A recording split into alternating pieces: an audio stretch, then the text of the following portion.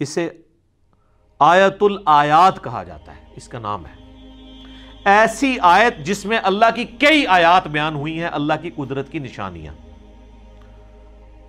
Signs of God, ایک نہیں بے شمار۔ اور قرآن حکیم میں سورۃ البقرہ کی آیت نمبر 164 کے مقابلے پہ کوئی ایک آیت ایسی نہیں ہے جس میں صرف ایک آیت کے اندر اللہ تعالیٰ کی قدرت کے فزیکل فینومینا آف نیچر، جو اللہ تعالیٰ کے فینومینا بنائے ہوئے ہیں، وہ سارے کے سارے آلموسٹ بڑے بڑے فینومینا جو قرآن پاک میں سکیٹرڈ فارم میں ہیں، جن کو التذکیر بھی اعلیٰ اللہ کہا گیا ہے، وہ بیان ہوئے ہوں سوائے اس آیت کے کہ سب اللہ تعالیٰ کی قدرت کی نشانی ہے۔ یعنی جس میں ذرا سی بھی عقل ہے، اللہ طرف مارا ہے، وہ ان چیزوں کو دیکھ کے رزلٹ پہ پہنچ جائے گا کہ یہ کسی کے کرنے سے ہو رہا ہے۔ God is the only explanation of all the physical phenomena in this universe۔ اللہ ہی واحد وضاحت ہے اس کائنات میں ہونے والے ہر فزیکل فینومینا کی۔ بخاری مسلم میں حدیث ہے، اس نے ایمان کی علاوت چکھ لی جس کے لیے اللہ اور اس کا رسول ساری دنیا سے بڑھ کر محبوب ہو جائے۔ نمبر 1 یہ۔ نمبر 2 دوستی اور دشمنی کا معیار اللہ کی ذات، اور نمبر 3 کفر کی طرف لوٹایا جانا اس کے لیے اتنا ہی مشکل ہو جائے جتنا زندہ آگ میں جلنا۔ وہ جلنے کے لیے تیار ہو جائے لیکن کفر نہ اختیار کرے تو اسے ایمان کی مٹھاس مل جائے گی۔ فاذکرونی اذکرکم واشکروا لی ولا تکفرون۔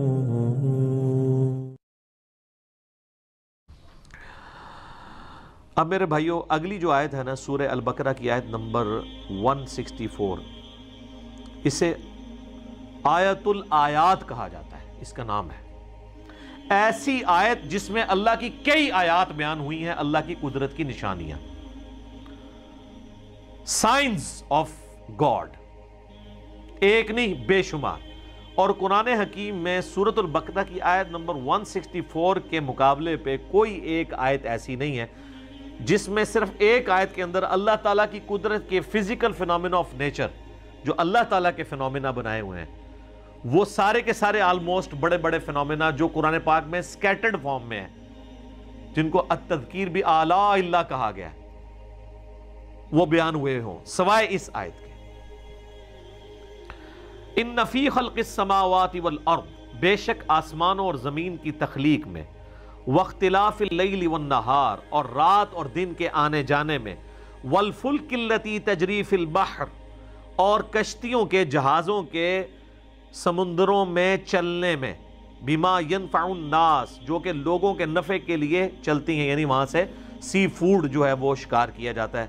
وما انزل اللہ من السماء من ماء، اور اللہ تعالیٰ جو نازل فرماتا ہے آسمان سے پانی، فَأَحْيَا بِهِ الْأَرْضَ بَعْدَ مَوْتِهَا، اور پھر اس پانی کے ذریعے مردہ زمین کو زندہ کر دیتا ہے، یعنی سبزہ اگا دیتا ہے اس پانی کے ذریعے۔ وَبَثَّ فِيهَا مِن كُلِّ دَابَّةٍ، اور اللہ تعالیٰ نے جو زمین میں ہر طرح کے جانور پھیلا دیے ہیں۔ وَتَصْرِيفِ الرِّيَاحِ، اور ہواؤں کے بدلتے رہنے میں۔ وَالسَّحَابِ الْمُسَخَّرِ بَيْنَ السَّمَاءِ وَالْأَرْضِ، اور بادلوں میں جو کہ اللہ تعالیٰ کے حکم کے پابند ہیں، آسمان اور زمین کے اندر جو سسپینڈڈ ہیں بادل۔ لَآیَاتٍ لِقَوْمٍ یَعْقِلُونَ، اس کے اندر اللہ تعالیٰ نے آیات رکھی ہیں ان لوگوں کے لیے جو اپنی عقل استعمال کرتے ہیں۔ دیکھ لیں کتنی نشانیاں اللہ تعالیٰ کی قدرت کی اس میں گنوائی گئی ہیں۔ نمبر 1 آسمان اور زمین کی تخلیق، نمبر 2 رات اور دن کا آنا جانا، نمبر 3 جہازوں کا سمندروں میں چلنا اور اس کے ذریعے سی فوڈ کا حاصل کرنا، نمبر 4 آسمان سے پانی کا برسنا، نمبر 5 اس پانی کے برسنے سے زمین کو اللہ نے مردہ ہونے کے بعد دوبارہ سے زندہ کر لیا، نمبر 6 زمین میں ہر طرح کے جاندار پھیلا دیے، لو جی سب کچھ کور ہو گیا، نمبر 7 ہواؤں کے چلنے میں جو کہ بادلوں کو لے کے آتی ہیں، اور نمبر 8 بادلوں کا آسمان اور زمین کے درمیان جو ہے وہ سسپینڈڈ ہونا، جس کے ذریعے اللہ تعالیٰ بارش برساتا ہے۔ یہ سب کی سب اللہ تعالیٰ کی قدرت کی نشانی ہے، یعنی جس میں ذرا سی بھی عقل ہے، اللہ طرف مارا ہے، وہ ان چیزوں کو دیکھ کے رزلٹ پہ پہنچ جائے گا کہ یہ کسی کے کرنے سے ہو رہا ہے. God is the only explanation of all the physical phenomena in this universe.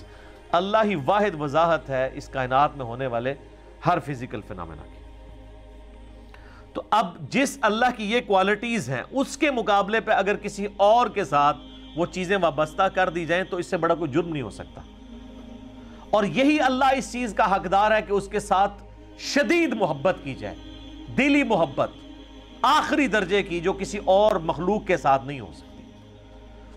تو اللہ تعالیٰ اب ایک کرائٹیریا پھر اس حوالے سے ڈسکس کر رہا ہے. وَمِنَ النَّاسِ مَن يَتَّخِذُ مِن دُونِ اللَّهِ, اور لوگوں میں ایسے لوگ بھی ہیں, ایسے بدبخت لوگ ہیں جنہوں نے اللہ کے سوا اور ہستیوں کو پکڑ لیا ہے. اندادً يُحِبُّونَهُمْ كَحُبِّ اللَّهِ, اللہ کے مقابلے پہ انہیں اپنا ند مان لیا ہے, مد مقابل, اور ان سے ویسی محبت کرتے ہیں جیسی اللہ سے کرنی چاہیے تھی.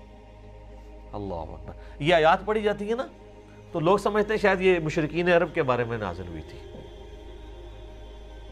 تو مشرکین عرب اگر اس جرم کے اوپر مجرم ہے اللہ کے حضور, تو آج بھی جو لوگ یہ کر رہے ہیں وہ بھی اسی طریقے سے مجرم ہے. اور آپ کو آج مسلمانوں میں اکثریت ایسے لوگوں کی نظر آئے گی جو اگر آپ ان سے حلفیہ بیان لیں تو وہ کبھی یہ نہیں کہیں گے کہ ہم اللہ سے بڑھ کے کسی سے محبت کرتے ہیں, لیکن ان کا ایٹیچیوڈ یہی ہے. وہ آپ کو کبھی شعر سنائیں گے, اللہ اللہ کیے جانے سے اللہ نہ ملے گا, اللہ والے ہیں جو اللہ سے ملا دیتے ہیں. اور اللہ والے ان کو کہہ رہے ہوتے ہیں جو اپنی عبادت کروا رہے ہوتے ہیں.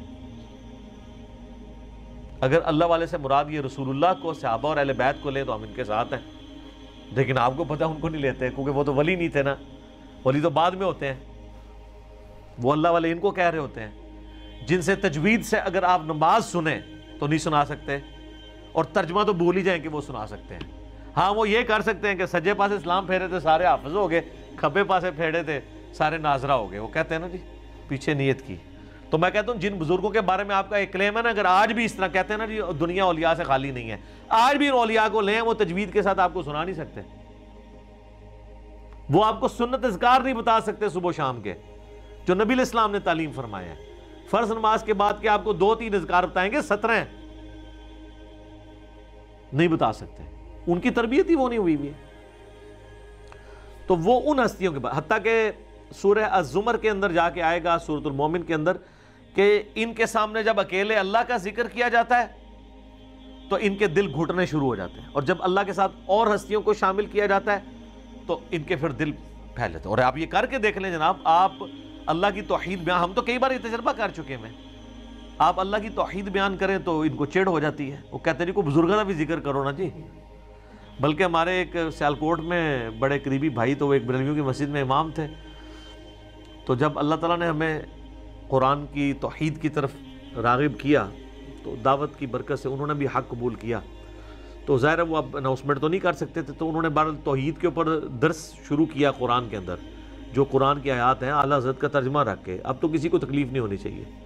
تو 2-4 دن تو توحید برداشت کی انہوں نے, اور پھر بابے جو ہے مسجد کے اکٹھے ہو گئے, انہوں نے کہ ایک جناب اللہ نہیں دھوندے رہندے ہو ہر ٹائم, کو بزرگوں کا بھی ذکر کریا کرو. یہ دیکھیں پنجابی کا محاورہ نے یوز کیا, ہر ٹائم اللہ نہیں دھوندے رہندے ہو, استغفر اللہ توب. تو ان کو اتنی چڑ ہوتی ہے, اور یہ حقیقت ہے کہ ان کی محبت ان ہستیوں کے ساتھ زیادہ ہے.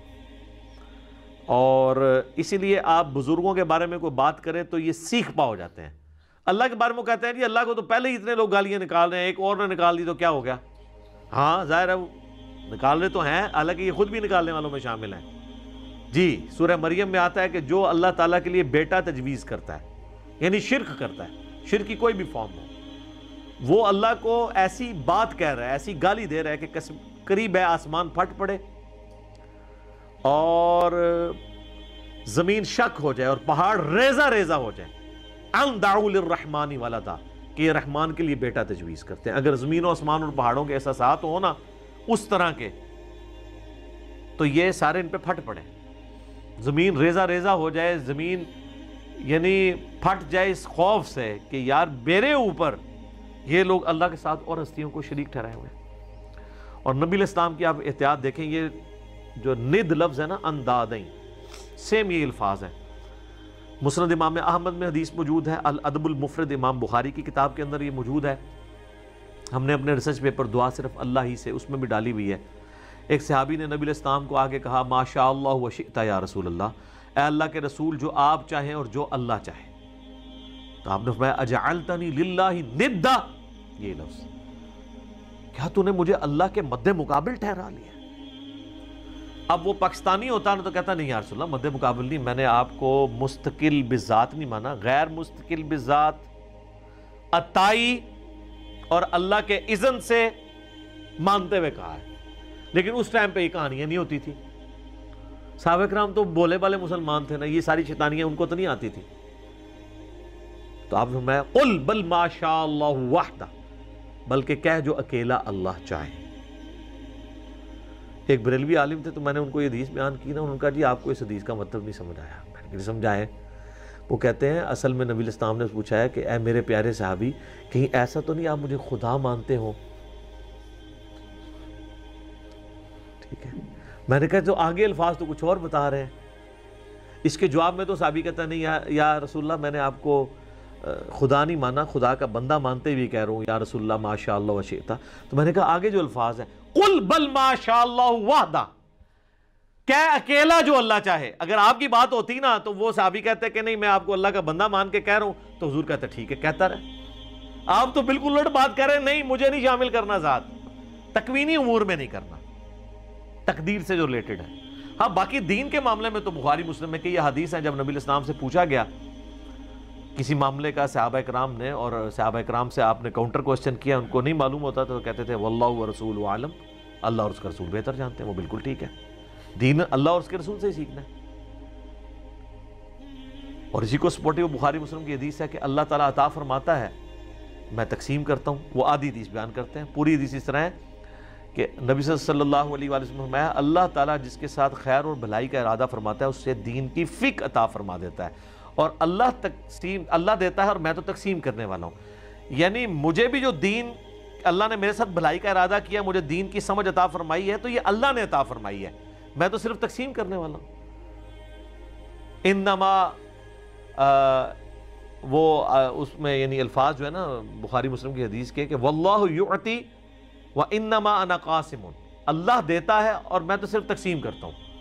تو وہ انہوں نے جناب اس دو لفظ پکڑ لیے تو اعلیٰ حضرت نے شعر لکھ دیا، رب ہے معطی یہ ہے قاسم، رزق اس کا ہے کھلاتے یہ ہے۔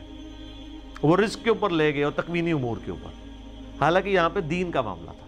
اس میں میرا یوٹیوب پہ ایک کلپ بھی ہے اللہ نبی وارث، تو اس میں میں نے کئی ایک احادیث بیان کی ہیں اس حوالے سے۔ یہ تو یعنی نہ ختم ہونے والی چیزیں ہیں، نبی علیہ السلام نے جتنی اس حوالے سے سختی فرمائی ہوئی ہے۔ وہ مسلم شریف کی جو حدیث بڑی مشہور ہے کتاب الجمعہ چیپٹر میں، ایک صحابی نے نبی علیہ السلام کے سامنے تقریر کرتے ہوئے کہہ دیا من یطع اللہ ورسولہ فقد رشد، جو کوئی اللہ اور اس کے رسول کی اطاعت کرے وہ کامیاب ہو گیا، ومن یعصہما، اور جو ان دونوں کی نافرمانی کرے فقد غوا، تو وہ بہک گیا، بے شک وہ بہک گیا۔ نبی علیہ السلام کو بڑا غصہ آیا، فرمایا بئس الخطیب انت، کتنا برا خطیب ہے تو نے یہ کیوں کہا جو ان دونوں کی نافرمانی کرے؟ تجھے کہنا چاہیے تھا وَمَن يَعْصِ اللَّهَ وَرَسُولَهُ فَقَدْ غَوَا، جو اللہ اور اس کے رسول کی نافرمانی کرے وہ گمراہ ہوا، وہ بہک گیا۔ اب اس سے ابھی آگے یہ کہہ سکتے تھے کہ یا رسول اللہ میں نے یہ بات تو پہلے کر دی ہے، میری بات آؤٹ آف کانٹیکسٹ نہیں ہے، میں کانٹیکسٹ کے ساتھ بات کر رہا ہوں۔ جب میں نے یہ کہہ دیا کہ جو اللہ اور اس کے رسول کی اطاعت کرے وہ کامیاب ہوا، اور جو ان دونوں کی نافرمانی کرے وہ ناکام ہوا، تو اس میں تو لٹریچر میں تو کوئی خرابی نہیں ہے، آؤٹ آف کانٹیکسٹ بھی نہیں ہے، اس میں کیا مسئلہ ہے؟ اور حقیقتاً یہ وہ اپنا مقدمہ لڑ سکتے تھے، لیکن ان کو پتا تھا سامنے امام الموحدین ہے صلی اللہ علیہ وآلہ وسلم۔ یہ وہ ہیں جو کتابوں کے خدا کے ریپریزنٹیٹیو ہیں، بابوں کے خدا کے ریپریزنٹیٹیو نہیں ہیں۔ اور ابو داؤد میں آگے الفاظ ہیں، آپ فرمایا قم اذهب، اٹھو ادھر سے نکل جا۔ اتنا آپ علیہ السلام کو جلال آیا اس حوالے سے۔ لیکن آپ کے وہ صوفیاء کہتے ہیں ہک ہے ہک ہے ہک ہے، جڑا ہک کی ڈوں آنکھے وہ کافر اور مشرک ہے، جو ایک کو دو کہہ دے وہ کافر اور مشرک ہے۔ حالانکہ ایک نو ڈو کہنے والا ہی موحد ہے۔ حادث کو قدیم سے الگ کرنے کا نام ہی توحید ہے، خالق کو مخلوق سے الگ کرنے کا نام ہی توحید ہے۔ تو اللہ فرماتا ہے کہ یہ ان لوگوں کی حالت ہے کہ یہ اللہ کے مقابلے پہ اور ہستیوں سے ایسی محبت کرتے ہیں جو اللہ سے کرنی چاہیے. والذین آمنوا، اور جو لوگ ایمان والے ہیں، اشد حبا للہ، ان کی تو شدید ترین محبت اللہ کے ساتھ ہوتی ہے. اور اس لیول کی محبت ہوتی ہے کہ جامعہ ترمذی میں حدیث ہے، نبی علیہ السلام نے فرمایا کہ اللہ تعالیٰ سے محبت کرو کہ اس نے تمہیں نعمتوں سے نوازا ہے، اور مجھ سے اس لیے محبت کرو کہ میں اللہ کا رسول ہوں، اللہ کی نسبت کی وجہ سے. اور میرے اہل بیت سے محبت کرو کیونکہ ان کی نسبت میرے ساتھ ہے.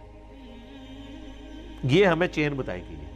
یہ کہتے ہیں جی وہ شیخ احمد سرندی جن کو مجدد الافسانی کہتے ہیں، وہ کہا کرتے تھے میں تو اللہ کو مانتا ہی اس لیے ہوں کہ وہ نبی کا رب ہے.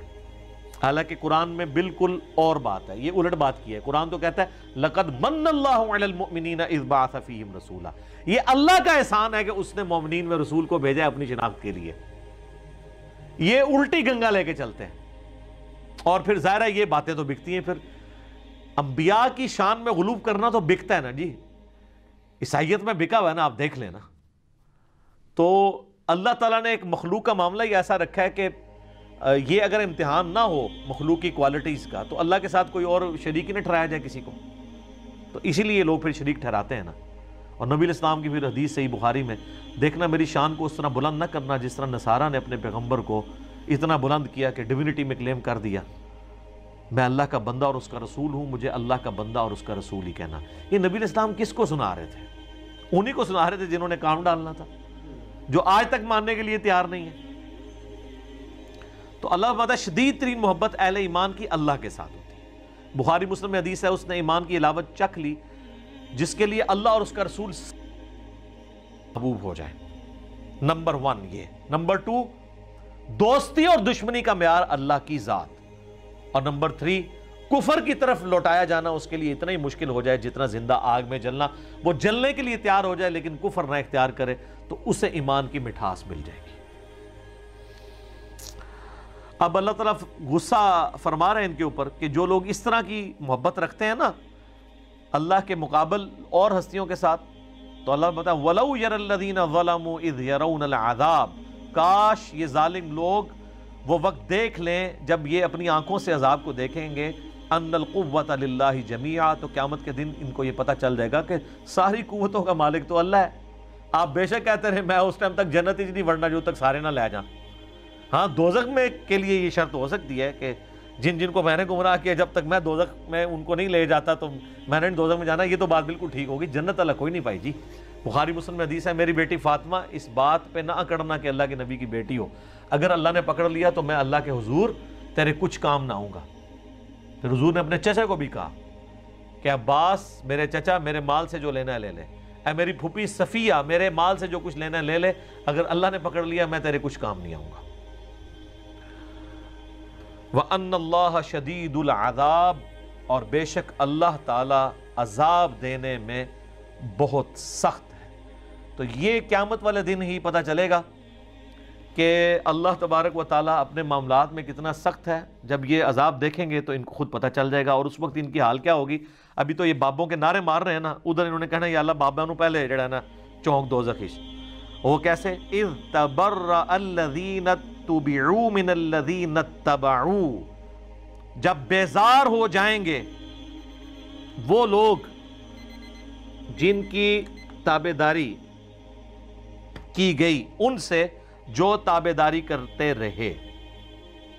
ظاہر ہے وہ بیچارے کیا کریں گے، ادھر تو دنیا میں لیڈر بنے ہوئے تھے، کہتے تھے ساڑھے مرید ہو جاؤ تو جنت میں لے جائیں گے. تو اللہ تمہارا یہ سارے جو بزرگ بابے ہیں نا وہ اپنے مریدوں کہیں گے بھائی اپنا اپنا پرچی نبھاؤ، سانو تو اپنی فکر پئی ہے آج.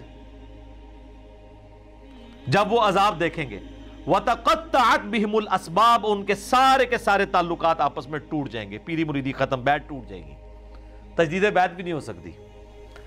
وَقَالَ الَّذِينَ اتَّبَعُوا، تو پھر جب وہ یہ مرید یہ دیکھیں گے نا جو اتباع کرنے والے تھے وہ کہیں گے لَوْ أَنَّ لَنَا كَرَّةً، کاش ہم دنیا میں ایک دفعہ دوبارہ چلے جانا پھر تو ہم پوچھ لیں گے تسی تاڑے نعرے مار مار کے تو چندے دے دے کے.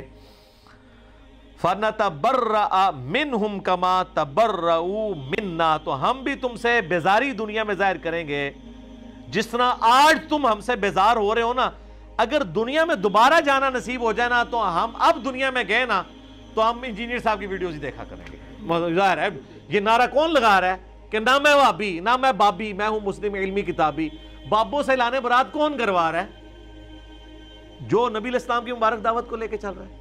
اور آپ سے ریکویسٹ کرتا ہے کہ مرنے سے پہلے اے مسلمان کر لے اس پہ غور. کتابوں کا خدا اور ہے، بابوں کا خدا اور. اچھا وہ یہ کہیں گے یار یہ تو کافروں کے بارے میں آیات ہے. ان سے صرف ایک معصومانہ سوال کریں کہ یہ بتائیے، ہم لوگوں سے یہ کرتے تھے کہ یہ بتائیں کہ یہ جو آیات ہیں اس میں غلام احمد قادیانی فال کرے گا کہ نہیں؟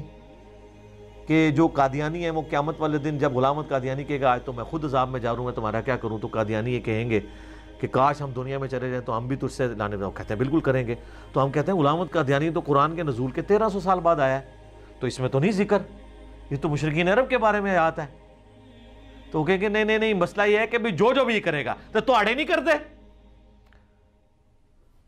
ہم کوئی بات کر دیں کہ اللہ کے فضل سے ہم نے یہ بات سمجھائی ہے بڑے اعتماد کے ساتھ، کہتے ہیں میں کرتا ہے.